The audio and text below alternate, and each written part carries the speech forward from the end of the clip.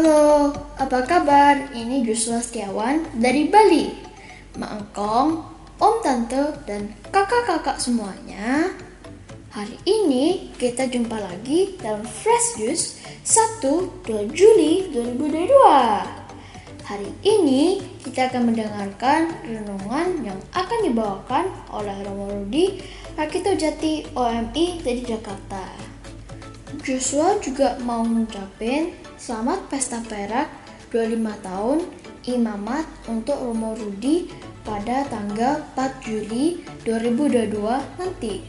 Semoga sehat selalu dan tetap semangat melayani Tuhan ya Romo. Sekarang yuk kita dengarkan renungan hari ini.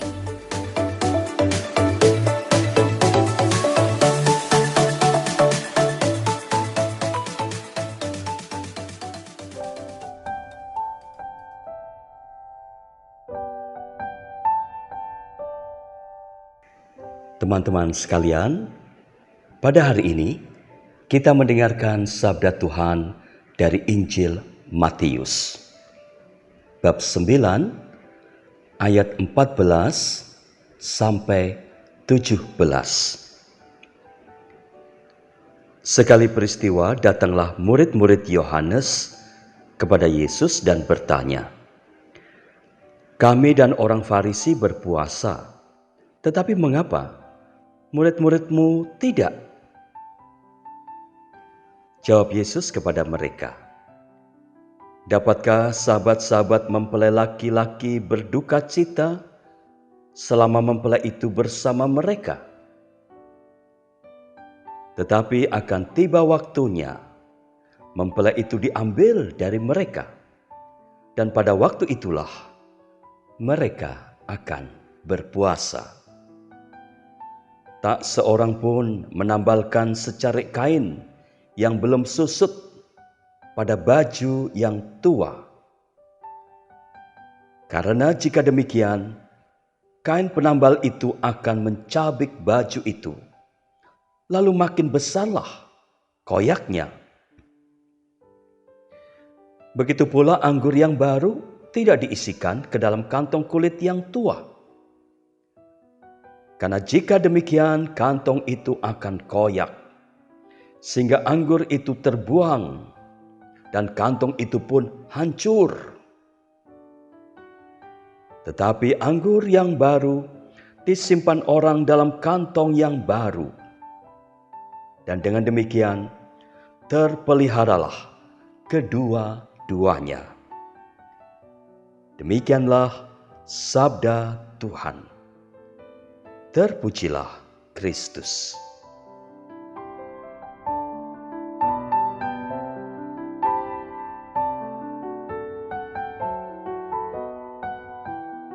Teman-teman sekalian, dalam Injil hari ini kita mendengar Tuhan yang berkata, "Begitu pula anggur yang baru tidak diisikan ke dalam kantong kulit yang tua. Karena jika demikian, kantong itu akan koyak, sehingga anggur itu terbuang dan kantong itu pun hancur. Tetapi anggur yang baru disimpan orang dalam kantong yang baru, dan dengan demikian terpeliharalah kedua-duanya." Apa maksudnya sabda Tuhan ini ya? Dalam kitab suci, kata anggur dapat menunjuk kepada dua jenis anggur, yaitu sari buah anggur segar yang belum beragi, tidak difermentasi, dan anggur yang difermentasi atau katakanlah wine. Dalam perumpamaan tadi, anggur yang dimaksudkan adalah sari buah anggur segar yang belum beragi. Pada zaman dulu, anggur disimpan dalam kantong anggur yang terbuat dari kulit kambing. Kantong kulit yang baru diperlukan karena kantong itu bebas dari semua unsur fermentasi. Misalnya sel-sel ragi yang sudah matang. Kantong yang baru yang ditutup rapat-rapat, menurut para ahli pertanian pada zaman itu, akan menjaga sari buah anggur tetap manis. Apabila sari buah anggur yang baru dimasukkan ke dalam kantong lama, maka sari buah itu akan lebih cepat meragi. Karena sudah ada sel-sel ragi di kantong kulit yang lama. Fermentasi yang terjadi secara demikian akan merusak baik sari anggur yang baru maupun kantong kulitnya, yang akan pecah karena tekanan dari proses peragian. Teman-teman sekalian, melalui perumpamaan ini, Tuhan mau mengatakan bahwa anggur baru adalah lambang dari ajaran-ajarannya. Sementara itu, kantong anggur yang baru adalah lambang dari kita, para muridnya, yang menjadi manusia baru agar bisa menerima ajaran-ajarannya. Tuhan telah mengajarkan cukup banyak hal baru, misalnya tentang mengasihi, tentang mengampuni, tentang berdoa, tentang motivasi, berpuasa, tentang Allah yang adalah Bapa, tentang kebahagiaan, dan lain-lain. Ajarannya itu terkadang tidak mudah dipahami atau diterima oleh para pendengarnya.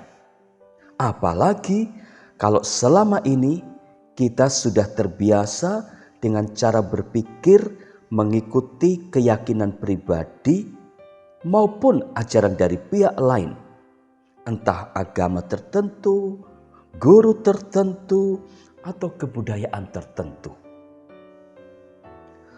Oleh karena itu, agar bisa menerima ajaran Yesus, memang diperlukan cara berpikir dan sikap yang baru.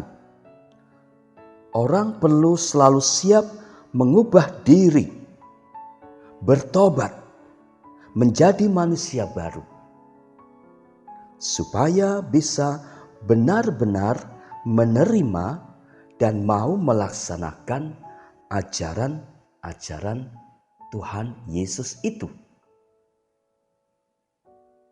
Nah, seperti apa manusia baru, atau bagaimana menjadi manusia baru itu?